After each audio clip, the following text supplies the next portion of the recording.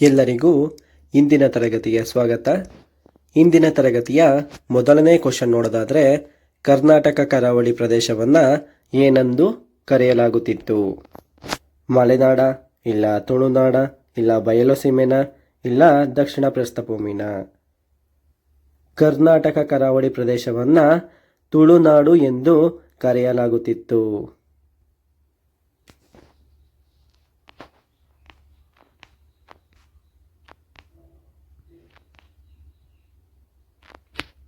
ಮುಂದಿನ ಕ್ವಶನ್ ನೋಡೋದಾದರೆ, ಆಳುಪ ಮನೆತನದ ಅರಸರು ತುಳುನಾಡನ್ನು ಯಾವ ಶತಮಾನದಿಂದ ಯಾವ ಶತಮಾನದವರೆಗೆ ಆಳಿದರು? 5ರಿಂದ 12 ಶತಮಾನಗಳ, ಇಲ್ಲ 6ರಿಂದ 13ನೇ ಶತಮಾನನ, ಇಲ್ಲ 7ರಿಂದ 14ನೇ ಶತಮಾನನ, ಇಲ್ಲ 8ರಿಂದ 15ನೇ ಶತಮಾನನ? ಆಳುಪ ಮನೆತನದ ಅರಸರು ತುಳುನಾಡನ್ನು 7ನೇ ಶತಮಾನದಿಂದ 14ನೇ ಶತಮಾನದವರೆಗೆ ಆಳಿದರು.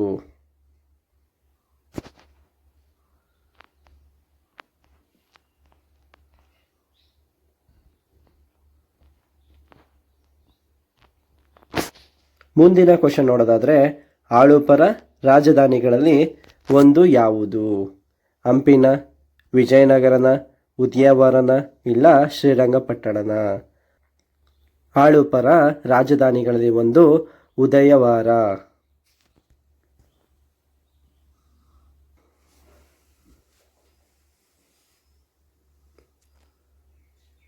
ಮುಂದಿನ ಕ್ವಶನ್ ನೋಡೋದಾದರೆ, ಪುತ್ತಿಗೆಯ ಚೌಟರು, ಬಂಗವಾಡಿಯ ಬಂಗರು ಮತ್ತು ಕಾರ್ಕಳದ ಭೈರವರಸರು ಯಾರು? ರಾಜರುಗಳ, ಇಲ್ಲ ಪಾಳೆಗಾರರ, ಇಲ್ಲ ದಂಡನಾಯಕರ, ಇಲ್ಲ ಕವಿಗಳ? ಪುತ್ತಿಗೆಯ ಚೌಟರು, ಬಂಗವಾಡಿಯ ಬಂಗರು, ಕಾರ್ಕಳದ ಭೈರವರಸರು ಪಾಳೆಗಾರರಾಗಿದ್ದರು.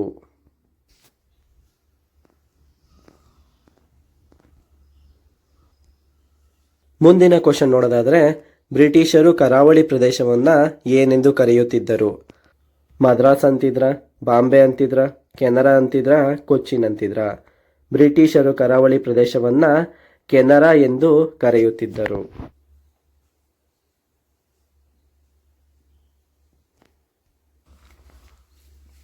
ಮುಂದಿನ ಕ್ವಶನ್ ನೋಡೋದಾದರೆ, ಬ್ರಿಟಿಷರು ಕರಾವಳಿಯನ್ನು ಉತ್ತರ ಕನ್ನಡ ಮತ್ತು ದಕ್ಷಿಣ ಕನ್ನಡ ಎಂದು ಯಾವ ವರ್ಷ ವಿಭಜಿಸಿದರು? 1850, ಇಲ್ಲ 1860, ಇಲ್ಲ 1870ರಲ್ಲ, ಇಲ್ಲ 1880ರಲ್ಲ? ಬ್ರಿಟಿಷರು ಕರಾವಳಿಯನ್ನು ಉತ್ತರ ಕನ್ನಡ ಮತ್ತು ದಕ್ಷಿಣ ಕನ್ನಡ ಎಂದು 1860ರಲ್ಲಿ ವಿಭಜಿಸಿದರು ಅಂತ ಹೇಳ್ಬೋದು. ಮುಂದಿನ ಕ್ವಶನ್ ನೋಡೋದಾದರೆ, ಮೈಸೂರು ವಿಭಾಗದ ಹವಾಮಾನವನ್ನು ಏನೆಂದು ಕರೆಯಲಾಗುತ್ತದೆ? ಕೇವಲ ಉಷ್ಣವಲಯ ಅಂತನ, ಕೇವಲ ಮಳೆಯ ಮಾರುತ ಅಂತನ, ಉಷ್ಣವಲಯದ ಮಳೆಯ ಮಾರುತ ವಾತಾವರಣ ಅಂತನ, ಇಲ್ಲ ಕೇವಲ ಸಮ ಶೀತೋಷ್ಣ ವಲಯ ಅಂತನ? ಮೈಸೂರು ವಿಭಾಗದ ಹವಾಮಾನವನ್ನು ಉಷ್ಣವಲಯದ ಮಳೆಯ ಮಾರುತ ವಾತಾವರಣ ಅಂತ ಕರೆಯಲಾಗುತ್ತದೆ. ಮುಂದಿನ ಕ್ವಶನ್ ನೋಡೋದಾದರೆ, ಮಂಡ್ಯ ಮತ್ತು ಮೈಸೂರು ಜಿಲ್ಲೆಗಳ ಹವಾಮಾನ ಹೇಗಿದೆ? ತೇವನ, ಇಲ್ಲ ಒಣನ, ಇಲ್ಲ ಚಳಿನ, ಇಲ್ಲ ಉಷ್ಣನ? ಮಂಡ್ಯ ಮತ್ತು ಮೈಸೂರು ಜಿಲ್ಲೆಗಳ ಹವಾಮಾನ ಒಣ ಹವಾಮಾನವಾಗಿದೆ ಅಂತ ಹೇಳ್ಬೋದಾಗಿದೆ. ಮುಂದಿನ ಕ್ವಶನ್ ನೋಡೋದಾದರೆ, ಮೈಸೂರು ವಿಭಾಗದಲ್ಲಿ ಅತಿ ಕಡಿಮೆ ಮಳೆ ಪಡೆಯುವ ಜಿಲ್ಲೆ ಯಾವುದು? ಮೈಸೂರ, ಇಲ್ಲ ಉಡುಪಿನ, ದಕ್ಷಿಣ ಕನ್ನಡನ, ಮಂಡ್ಯನ? ಮೈಸೂರು ವಿಭಾಗದಲ್ಲಿ ಕಡಿಮೆ ಮಳೆ ಪಡೆಯುವ ಜಿಲ್ಲೆ ಮಂಡ್ಯ ಅಂತ ಹೇಳ್ಬೋದಾಗಿದೆ.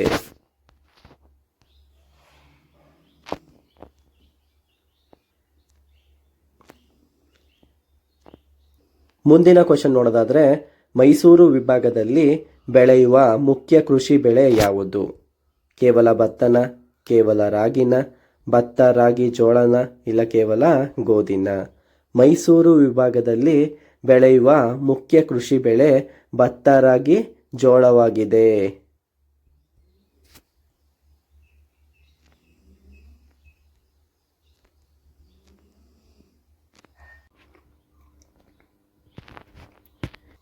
ಮುಂದಿನ ಕ್ವಶನ್ ನೋಡೋದಾದರೆ, ಮೈಸೂರು ವಿಭಾಗದಲ್ಲಿ ಬೆಳೆಯುವ ವಾಣಿಜ್ಯ ಬೆಳೆ ಯಾವುದು? ಕೇವಲ ಕಾಫಿನ, ಕೇವಲ ಕಬ್ಬ, ಕಾಫಿ, ಕಬ್ಬು, ತಂಬಾಕ, ಇಲ್ಲ ಕೇವಲ ಭತ್ತನ?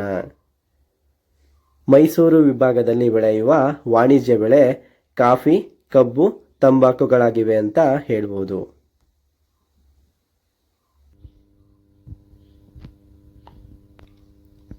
ಮುಂದಿನ ಕ್ವಶನ್ ನೋಡೋದಾದ್ರೆ, ಭಾರತದಲ್ಲಿ ಮೊದಲ ಬಾರಿಗೆ ಕಾಫಿಯನ್ನು ಎಲ್ಲಿ ಬೆಳೆಯಲಾಯಿತು? ಮೈಸೂರಲ್ಲ, ಮಂಡ್ಯದಲ್ಲ, ಚಿಕ್ಕಮಗಳೂರಲ್ಲ, ಇಲ್ಲ ಕೊಡಗಿನಲ್ಲ?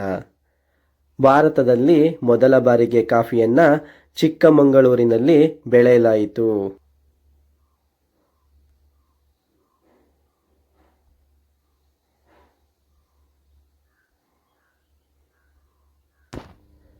ಮುಂದಿನ ಕ್ವಶನ್ ನೋಡೋದಾದ್ರೆ, ಮೈಸೂರು ವಿಭಾಗದಲ್ಲಿ ಯಾವ ಮರಗಳು ಬೆಳೆಯುತ್ತವೆ?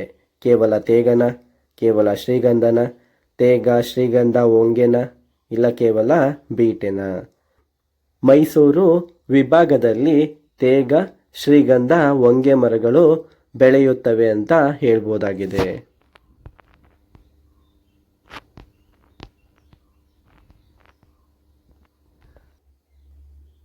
ಮುಂದಿನ ಕ್ವಶನ್ ನೋಡೋದಾದ್ರೆ, ಮೈಸೂರು ವಿಭಾಗದ ಅರಣ್ಯ ಉತ್ಪನ್ನ ಯಾವುದು? ಕೇವಲ ಜೇನುತುಪ್ಪನ, ಕೇವಲ ಗೋಂದುನ, ಜೇನುತುಪ್ಪ, ಗೋಂದು, ಮೇಣನ, ಇಲ್ಲ ಕೇವಲ ಹಣ್ಣುಗಳ? ಮೈಸೂರು ವಿಭಾಗದ ಅರಣ್ಯ ಉತ್ಪನ್ನ ಜೇನುತುಪ್ಪ, ಗೋಂದು, ಮೇಣವಾಗಿದೆ ಅಂತ ಹೇಳ್ಬೋದಾಗಿದೆ.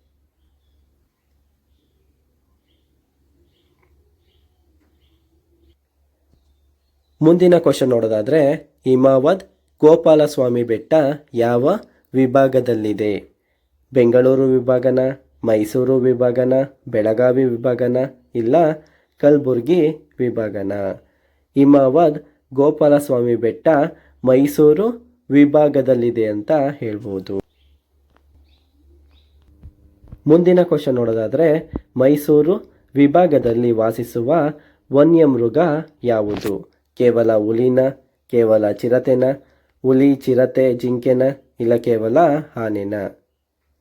ಮೈಸೂರು ವಿಭಾಗದಲ್ಲಿ ವಾಸಿಸುವ ವನ್ಯಮೃಗ ಹುಲಿ, ಚಿರತೆ, ಜಿಂಕೆಯಾಗಿದೆ ಅಂತ ಹೇಳ್ಬೋದು. ಮುಂದಿನ ಕ್ವಶನ್ ನೋಡೋದಾದ್ರೆ, ಬನ್ನೂರು ಯಾವುದಕ್ಕೆ ಹೆಸರುವಾಸಿಯಾಗಿದೆ? ಕುರಿಗ, ಇಲ್ಲ ಹಸುಗ, ಇಲ್ಲ ಕೋಳಿಗ, ಇಲ್ಲ ಟಗರುಗ? ಬನ್ನೂರು ಕುರಿಗೆ ಹೆಸರುವಾಸಿಯಾಗಿದೆ ಅಂತ ಹೇಳ್ಬೋದು. ಮುಂದಿನ ಕ್ವಶನ್ ನೋಡೋದಾದ್ರೆ, ಕಾವೇರಿ ನದಿಯು ಯಾವ ಜಿಲ್ಲೆಯಲ್ಲಿ ಹುಟ್ಟುತ್ತದೆ? ಮೈಸೂರ, ಮಂಡ್ಯನ, ಇಲ್ಲ ಕೊಡಗ, ಇಲ್ಲ ಚಾಮರಾಜನಗರನ? ಕಾವೇರಿ ನದಿಯು ಕೊಡಗು ಜಿಲ್ಲೆಯಲ್ಲಿ ಹುಟ್ಟುತ್ತದೆ.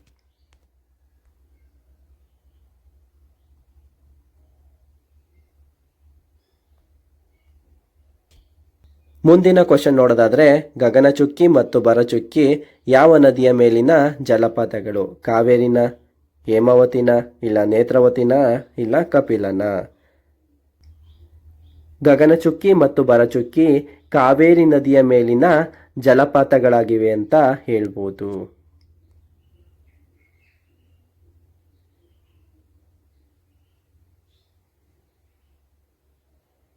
ಮುಂದಿನ ಕ್ವಶನ್ ನೋಡೋದಾದ್ರೆ, ಮೈಸೂರು ವಿಭಾಗದಲ್ಲಿ ದೊರೆಯುವ ಖನಿಜ ಯಾವುದು? ಕೇವಲ ಬಾಕ್ಸೈಟ, ಕೇವಲ ಗ್ರಾನೈಟ, ಬಾಕ್ಸೈಟ್, ಗ್ರಾನೈಟ್, ಮ್ಯಾಂಗನೀಸ, ಇಲ್ಲ ಕೇವಲ ಕಬ್ಬಿಣನ? ಮೈಸೂರು ವಿಭಾಗದಲ್ಲಿ ಬಾಕ್ಸೈಟ್, ಗ್ರಾನೈಟ್, ಮ್ಯಾಂಗನೀಸ್ ಖನಿಜಗಳು ದೊರೆಯುತ್ತವೆ ಅಂತ ಹೇಳ್ಬೋದಾಗಿದೆ.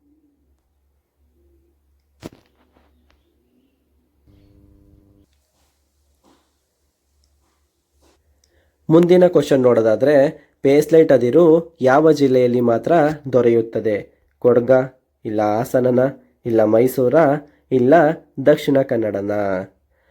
ಪೇಸ್ಲೈಟ್ ಅದಿರು ಮೈಸೂರು ಜಿಲ್ಲೆಯಲ್ಲಿ ಮಾತ್ರ ದೊರೆಯುತ್ತದೆ. ಮುಂದಿನ ಕ್ವಶನ್ ನೋಡೋದಾದ್ರೆ, ಮೈಸೂರು ವಿಭಾಗದ ಕರಾವಳಿ ಜಿಲ್ಲೆಗಳು ಯಾವುದಕ್ಕೆ ಹೆಸರುವಾಸಿಯಾಗಿವೆ? ಕೇವಲ ಕೃಷಿಗ, ಕೇವಲ ಮೀನುಗಾರಿಕೆಗ, ಇಲ್ಲ ಸಮುದ್ರ ಮೀನುಗಾರಿಕೆಗ, ಇಲ್ಲ ಕೇವಲ ಬಂದರುಗ? ಮೈಸೂರು ವಿಭಾಗದ ಕರಾವಳಿ ಜಿಲ್ಲೆಗಳು ಸಮುದ್ರ ಮೀನುಗಾರಿಕೆಗೆ ಹೆಸರುವಾಸಿಯಾಗಿವೆ ಅಂತ ಹೇಳ್ಬೋದಾಗಿದೆ.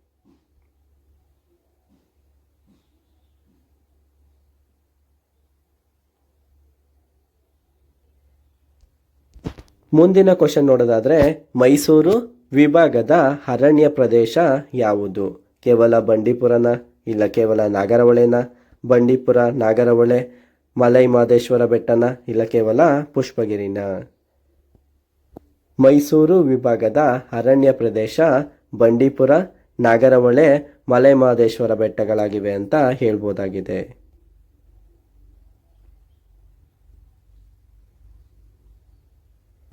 ಮುಂದಿನ ಕ್ವಶನ್ ನೋಡೋದಾದ್ರೆ ಮೈಸೂರು ವಿಭಾಗದಲ್ಲಿ ಅತಿ ಹೆಚ್ಚು ಜನಸಂಖ್ಯೆ ಹೊಂದಿರುವ ಬುಡಕಟ್ಟು ಸಮುದಾಯ ಯಾವುದು? ಕೊರಗನ, ಇಲ್ಲ ಸೋಲಿಗನ, ಇಲ್ಲ ಜೇನುಕುರುಬನ, ಇಲ್ಲ ಮಲೆಕುಡಿಯನ? ಮೈಸೂರು ವಿಭಾಗದಲ್ಲಿ ಅತಿ ಹೆಚ್ಚು ಜನಸಂಖ್ಯೆಯನ್ನು ಹೊಂದಿರುವ ಬುಡಕಟ್ಟು ಸಮುದಾಯ ಜೇನುಕುರುಬರಾಗಿದ್ದಾರೆ.